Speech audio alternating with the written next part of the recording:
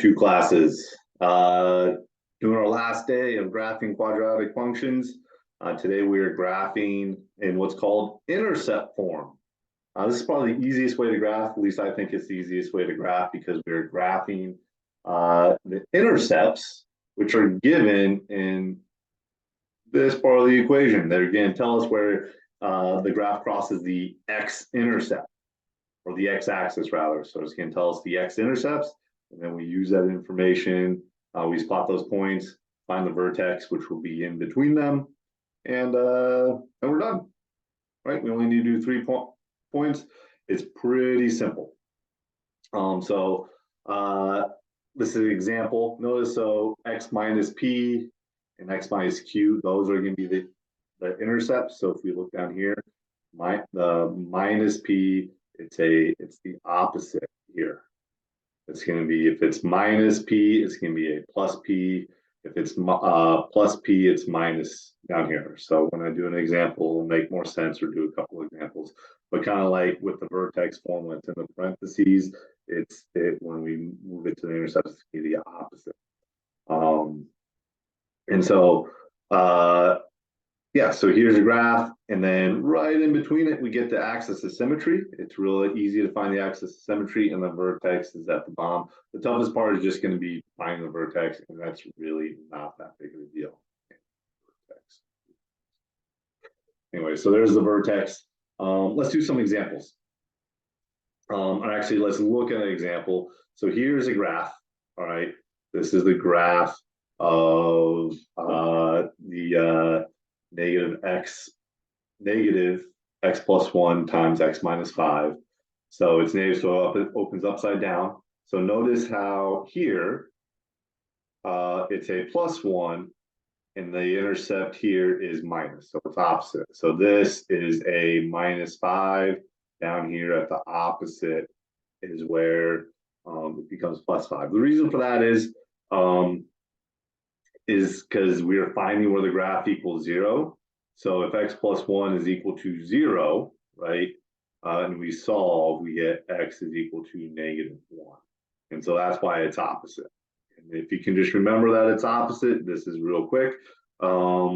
And then the axis of symmetry is right in between them. So let's skip ahead and do a couple of examples.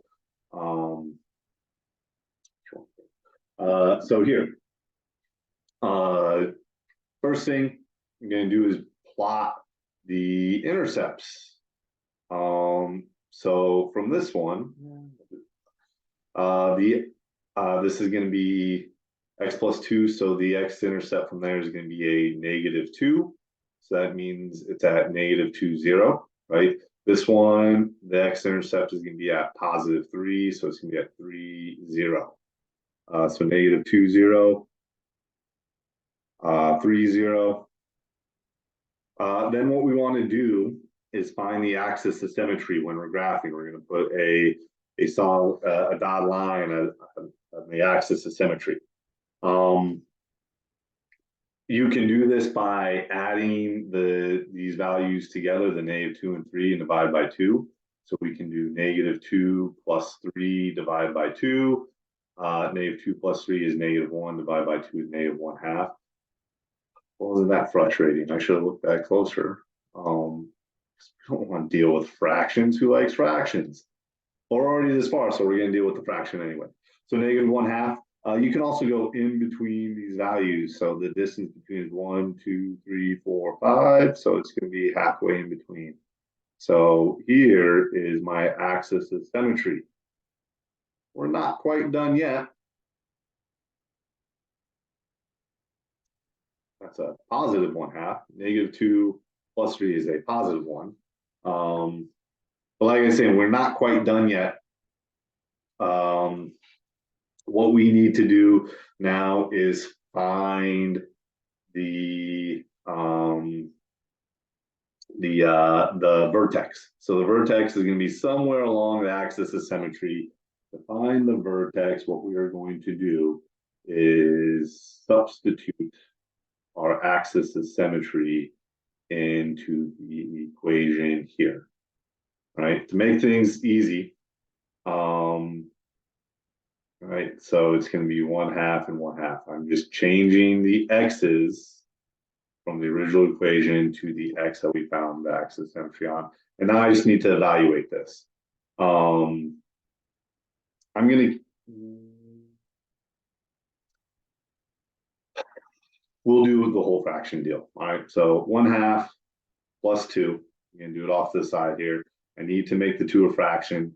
Now I need common denominator, which is going to be 2. So on this one, I'm going to multiply top and bottom by 2.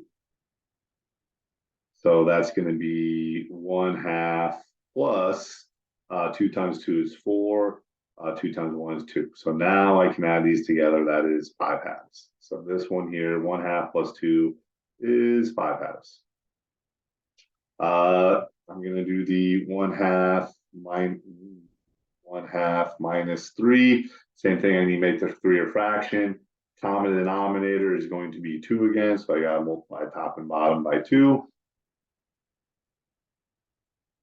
So it's going to be 1/2 minus 3 times 2 is 6. 2 times 1 is 2. So 1 minus 6 is -5. And then we leave those alone. So it's going to be -5/2. Great. When you multiply straight across. So 5 times -5 is -25. 2 times 5 is 4. Just for the ease of graphing, I am going to actually divide that out so you can use a calculator. -25 divided by 4 is -6.25. So the vertex then is going to be on the axis of symmetry. So it's going to be positive 1/2, and then 6.25. That is a messed up point with a fraction and a decimal. So maybe just to make it a little bit nicer, I'll do 0.5 and 6.25. Whatever makes you feel better. I don't know. This is a bad example. Anyway, I just got to go to 6.25, -6.25 on the axis of symmetry. So 6.25 or somewhere right around there. And that's all we need to do. Fractions, man. Oh, well. Let's do another example. Maybe one without fractions. We'll see. So first thing I'm going to do is plot these here. So the intercept for x minus 4 is going to be a positive 4. So I'm going to put the point at 4, 0. This one, it's going to be at -1. So I'm going to put the point at -1, 0. So 4, 0. And it's a fraction again. Great. -1, 0. You know what?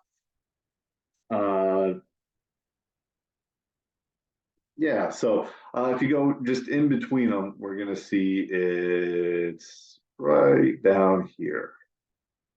So I'm just going to put a dotted line right in the middle of those 2 points. Again, if you need to, you can find the average of the two. So 4 plus -1 divided by 2. That's going to be positive 3. Geez, positive 3 divided by 2. I'm going to just use decimals on this one. I think that'll be easier because their decimals are easier to graph than when you get weird fractions. So decimals it is, might be easier to work with too. So it's a 1.5, right? So our axis of symmetry as that x equals 1.5, and that's exactly where we put it just by looking in between the 2 dots. So however you want to do that is fine. Now I need to find where that vertex goes on that line. So I'm going to go to the original equation, and then wherever there's an x, I'm going to put a 1.5.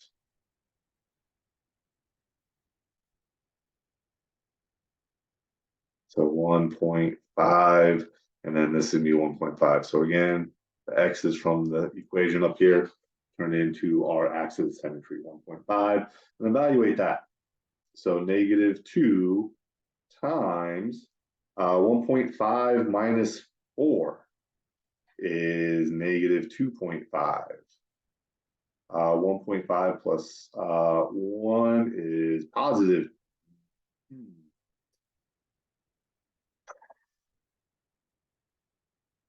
positive 2.5. Multiply that out. I'm pretty sure that's 6.25, but let me double check. 2.5 times 2.5 is 6.25. Yep. So this is going to be -2 times, multiply those out, that's going to be -6.25. -2.5 times 2.5 is -6.25.